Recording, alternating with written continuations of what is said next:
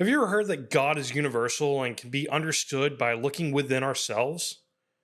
Is this true, or must we look outside of ourselves to better understand God? This and much more on today's episode.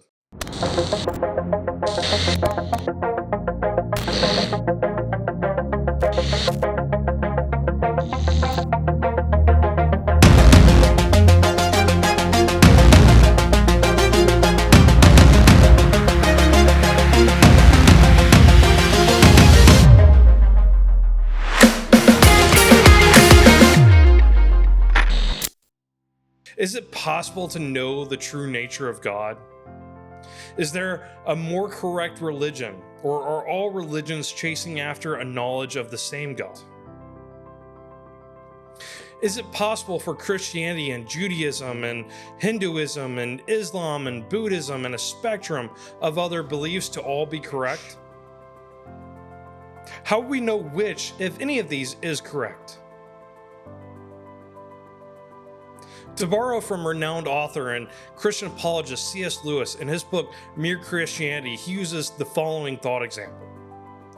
The reason why your idea of New York can be truer or less true than mine is that New York is a real place, existing quite apart from what either of us thinks.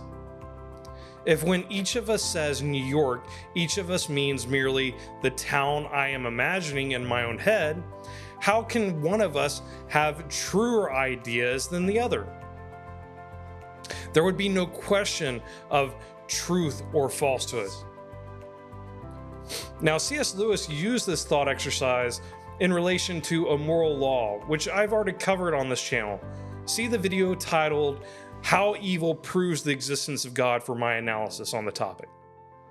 However, I believe this truth behind this example Lewis presents is relative to this topic as well. Here's what I mean. Christianity obviously believes Jesus is the Son of God, the Messiah, and the third person in the triune Godhead. However, these other religions, while acknowledging Jesus, have very different views than that of Christianity. Judaism believes Jesus is a rogue false prophet who was militantly opposed to the leadership of the Sanhedrin of his day. Islam believes he was a righteous prophet, but nothing more than a mere man.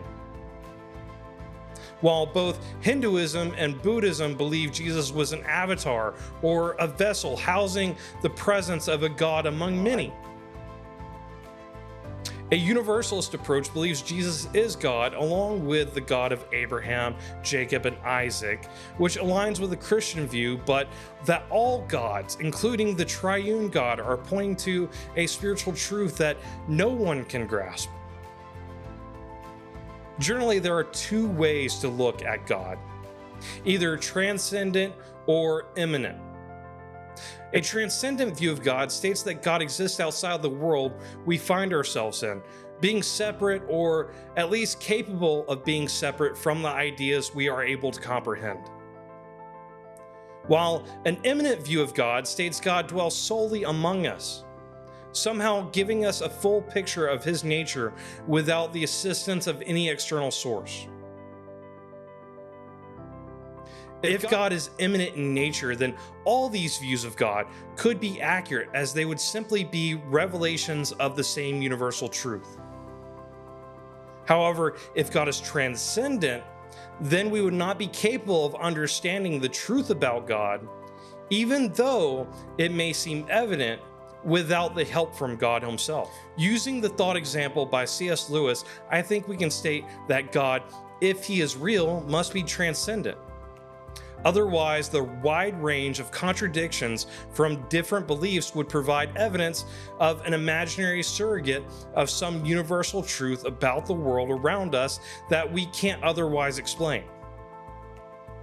So how are we to know which of these possibilities are true? If God is transcendent, then the only way to know would be if he left us evidence of his presence and some explanation of his character. A couple weeks ago, we discussed the evidence we have for the biblical account of Mamre. See the video titled Examining Mamre for more on this find. However, there is a much larger list of events for which we have both archaeological and historical evidence. Everything from Joseph to the story of the Exodus, to the existence of David, to the nation of Israel's conquest in Canaan, to the existence, crucifixion, and resurrection of Jesus, the persecution and execution of eyewitnesses of the resurrected Jesus, and many more events. It seems clear that God did, in fact, make himself known to us through transcendent actions for us to know he exists and to better, though not fully, understand his nature. Much like the idea I presented in the memory video about breadcrumbs, I believe if we follow these breadcrumbs, the only logical conclusion is that the God of Abraham, Jacob, and Isaac sent his son, being a member of the Godhead, without beginning or end, to pay a price for a punishment that we all deserve, that whoever accepts this free gift of his sacrifice on our behalf can be seen as righteous in the eyes of our Creator and live eternally as God originally intended, without blame or guilt. Please continue to follow along with me as we uncover more evidence about this transcendent, unimaginable God who loves us enough to sacrifice himself so we may be reconciled with him. May God keep you and bless you.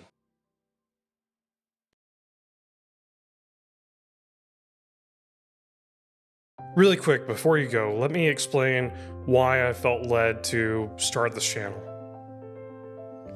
When talking to Pilate, Jesus said, "I have come into the world to bear witness to the truth. Everyone who is of the truth listens to my voice." Pilate responds by asking, "What is the truth?" It's evident that a lot of people are still asking this question almost 2,000 years later.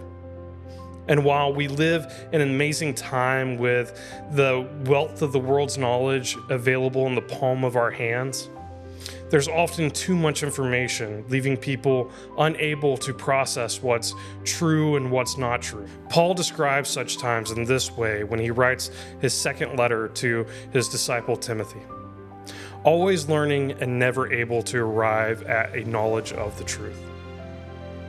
There are several who expound on what truth is, but often they are misguided, or they are malice in their intent, or they're being intellectually dishonest.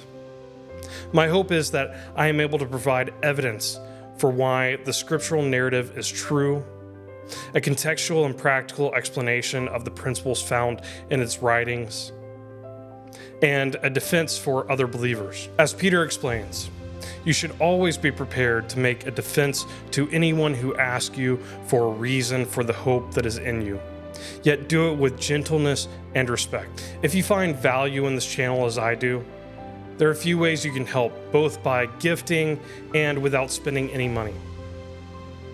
First, react and interact with these videos wherever you're watching from. This greatly helps the channel be seen by others and new people. Next, please share this content with others you feel may benefit from the information found here. Also, please subscribe to this channel on all social media. And finally, if you feel led to, and if you have the means to, please consider giving to this channel through the outlets previously mentioned, or the channel's Patreon. All these links are going to be in the video description. Thank you for watching, and may God keep you and bless you.